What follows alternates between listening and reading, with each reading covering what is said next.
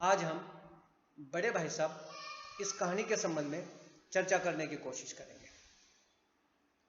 बड़े भाई साहब कहानी समझने से पहले मैं आवश्यक समझता हूं कि हम प्रेमचंद जी का परिचय समझने की कोशिश करेंगे।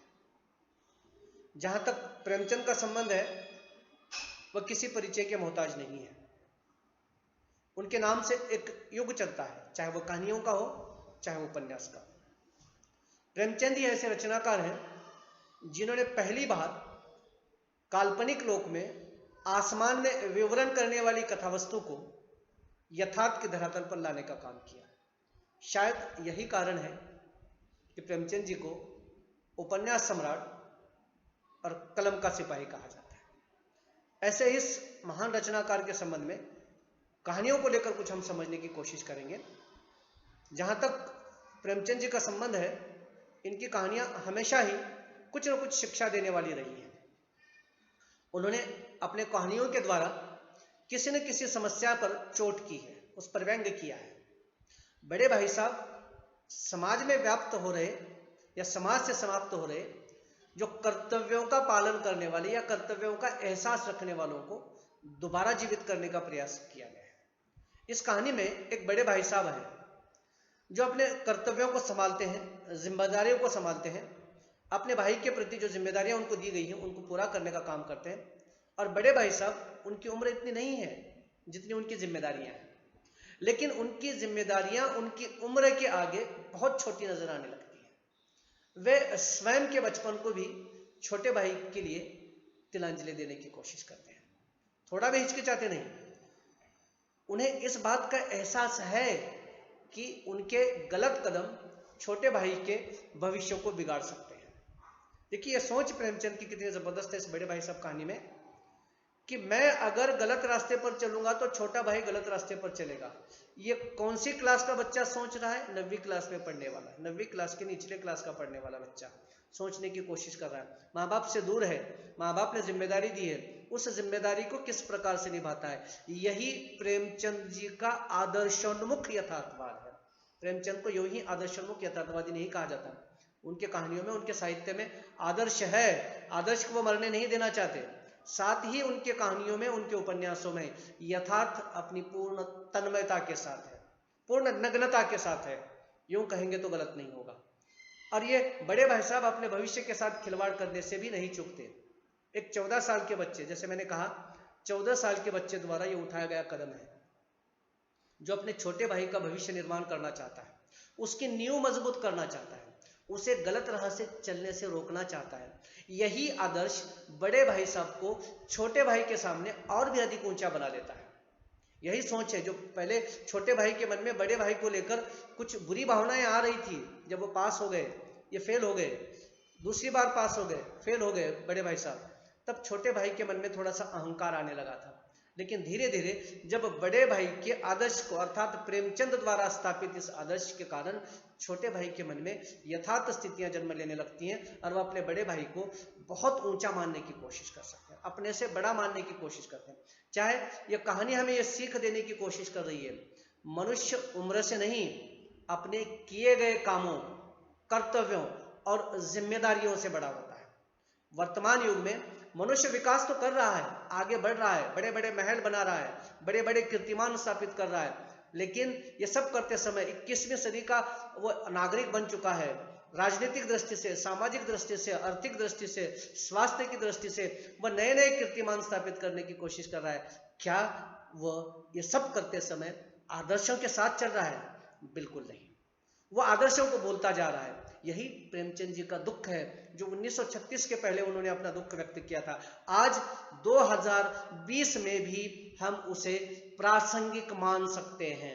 आज भी यह दुख है, हम आदर्श की हत्या कर रहे हैं, आदर्श को समाप्त कर रहे हैं और घिनौने स्वार्थ के लिए इसकी तिलांजलि देने की कोशिश कर रहे हैं। यह सत्य है और इसी को प्रेमचंद जी एक भाई, बड़े भाई और छोटे भाई के माध्यम से समझाने की कोशिश कर रहे हैं। देखिए, भौतिक सुख सुविधाओं को एकत्रित करने की होड़ में हम सब अपने आदर्शों को पीछे छोड़ रहे हैं। नाम, प्रतिष्ठा, पद, सम्मान के पीछे, जाति धर्म के पीछे हम भागने की कोशिश कर रहे हैं। सबको छोड़कर आदर्शों को तिलांजलि देकर, आदर्शों को मारकर, आदर्शों की हत्या कर हम आगे बढ़ने की कोशिश कर रहे हैं। यह सच्चाई है, आज के समाज की सच्चाई है। इसी को भी प्रेमचंद अपने साहित्य के माध्यम से बताने की कोशिश कर रहे हैं, जो आज उनके विचार प्रासंगिक हैं। जैसे कि एक कविता मैंने पढ़ी थी, एक इंसान अगर सही रास्ते पर चलने की कोशिश कर रहा है तो सत्य एक अपाहिज की तरह लकवे के, जैसे कि कविता का नाम ही था सत्य को लकवा मार गया है, नागार्जुन की कविता है, बहुत जबरदस्त कविता है। उस कविता में कहा गया था कि सत्य को लकवा मार गया है, वह अपाहिज है, आंखें फाड़ कर आपको देखेगा, आपको सुनेगा भी, लेकिन आपका साथ नहीं देगा। ठीक वही आदर्श की अवस्था प्रेमचंद की नजरों में हो गई है। अपने सुख सुविधाओं के लिए हम सारी चीजों को तिलांजलि देने का काम कर रहे हैं, यह हमारा दुर्भाग्य है। यही इस कहानी के माध्यम से प्रेमचंद बताने की कोशिश कर रहे हैं। लेकिन एक भाई को आदर्श स्थापित कर दूसरे भाई को उस आदर्श के रास्ते पर चलने के लिए मजबूर यह कहानी करती है। कहीं ना कहीं ये विचार अगर हम मानेंगे तो आज के समाज में जो भाई भतीजावाद, जो प्रांतवाद, धर्मवाद, जो अलग अलग प्रकार की किस्मों की चीजों को लेकर हम स्वार्थ के लिए अपने आप को स्थापित करने के लिए आगे बढ़ रहे हैं, उस स्वार्थ को छोड़िए, आदर्श निर्माण कीजिए। आपके व्यवहार को देखकर लोग आपके रास्ते पर चले, लोग आपको आदर्श माने, लोग आपकी प्रेरणा दे, लोग आपको आपके सामने एक आदर्श के रूप में देखने की कोशिश करें। यही संदेश ये कहानी देने की कोशिश कर रही है। अब हम इस कहानी के सार को समझने की कोशिश करते हैं। पहला मुद्दा मैं आपके सामने इस कहानी के माध्यम से प्रस्तुत करने की कोशिश कर रहा हूं कि कहानीकार मुंशी प्रेमचंद जी ने अपने इस कहानी के माध्यम से बड़े भाई के मन में छोटे भाई के प्रति जो भावनाएं हैं, जो अधिकार हैं, जो कर्तव्य है, उसको पाठकों के सामने रखने का काम किया है। यह कहानी रटंत शिक्षा प्रणाली पर भी करारा व्यंग करती है और साथ ही पुस्तकीय ज्ञान की अपेक्षा व्यावहारिक ज्ञान को श्रेष्ठ मानने की कोशिश करती है। इस सत्य को भी इस कहानी के माध्यम से उजागर किया गया। हम यह समझने की कोशिश करते हैं कि किताबें पढ़ने से बहुत बड़े विद्वान बन गए। कबीर ने भी कहा था, पोती पढ़ी पढ़ी जगमुआ, पंडित भया न कोई, एक अक्षर प्यो का पढ़े सो पंडित हुई, 2.5 अक्षर प्यो का पढ़े सो पंडित हुई। दोनों पंक्तियां जानबूझकर मैंने कही हैं। एक 10वीं के पाठ्यक्रम है, एक अक्षर प्यो का, और स्वयं कबीरदास जी ने लिखा है 2.5 अक्षर प्रेम का, पढ़े सो पंडित हुई। प्रेम को जानिए, सत्य को जानिए, आदर्श को जानिए, लोगों को प्रेरित कीजिए, उनके सामने एक मिसाल रखने की कोशिश कीजिए। यही संदेश ये कहानी देने की कोशिश करती है। मान लो बड़े भाई साहब के माध्यम से दूसरी बात महत्वपूर्ण वो कहना चाहते हैं प्रेमचंद जी, बड़े भाई साहब अपने छोटे भाई से केवल 5 साल बड़े हैं। देखिए, एक 14 साल का लड़का है, एक 9 साल का लड़का है। वे जो शिक्षा पद्धति है, शिक्षा प्राप्त करना, उसको आसान नहीं समझते, उसको महत्वपूर्ण मानते हैं। इसमें जल्दबाजी किसी भी प्रकार से नहीं करनी चाहिए। जल्दबाजी की सोच को वह नकारते हैं। वह इस शिक्षा रूपी भवन का अगर निर्माण आपको करना है, ज्ञान प्राप्ति का भवन अगर निर्माण करना है, तो उसकी नींव को मजबूत करना आवश्यक है। जल्दबाजी नहीं होनी चाहिए। आज हम चट मंगनी पट बिहा चाहते हैं। जैसे ही पढ़ाई हो गई, 1 महीना भर हम स्कूल में फर्स्ट आना चाहते हैं, महाराष्ट्र में फर्स्ट आना चाहते हैं, भारत में फर्स्ट आना चाहते हैं, लेकिन उसमें उस नॉलेज को समझने की कोशिश नहीं करते जो निहित पाठ्य पुस्तक में है। सिर्फ पढ़ने के लिए हम मानते हैं। डिग्री प्राप्त करना है, नौकरी प्राप्त करना है, यही ज्ञान का उद्देश्य हो चुका है।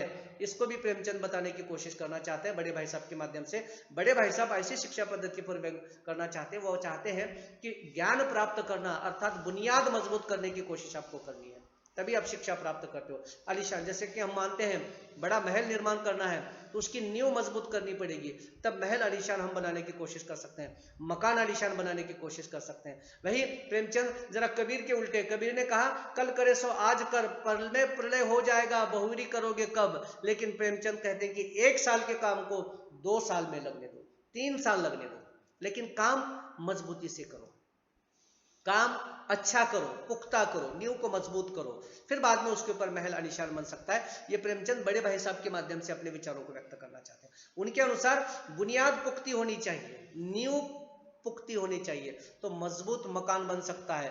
नींव अच्छी है तो बाकी सारी चीजें अपने आप सामने आ सकती हैं। ये प्रेमचंद जी बड़े भाई साहब के माध्यम से आपको बताना चाहते हैं। अब अगला मुद्दा हम देखते हैं, 3 मुद्दा इसका, 3 मुझे सार कहानी का आपको बताने की कोशिश कर रहा हूं। दोनों भाइयों ने एक साथ पढ़ना शुरू किया था, मतलब दोनों की समान उम्र थी, समान उम्र में दोनों भाइयों ने पढ़ने की कोशिश की थी, शुरुआत समान उम्र में की थी। दोनों को गांव से बाहर उनके पिताजी ने रखा था, छात्रावास मतलब हॉस्टल में पढ़ने के लिए रखा था, वहां उन्होंने अपनी पूरी पढ़ाई करने की कोशिश की थी। और बड़े भाई साहब स्वभाव से पढ़ने वाले थे, लेकिन परीक्षा में उत्तीर्ण नहीं हो पाते थे। क्यों नहीं हो पाते थे? इसके अनेक कारण हैं। इन कारणों को हम समझने की कोशिश करेंगे और बड़े भाई साहब कहानी के माध्यम से समझेंगे। इस भाग में यहां हम रुकते हैं और अगले भाग में इन सारी चीजों को हम समझने की कोशिश करेंगे।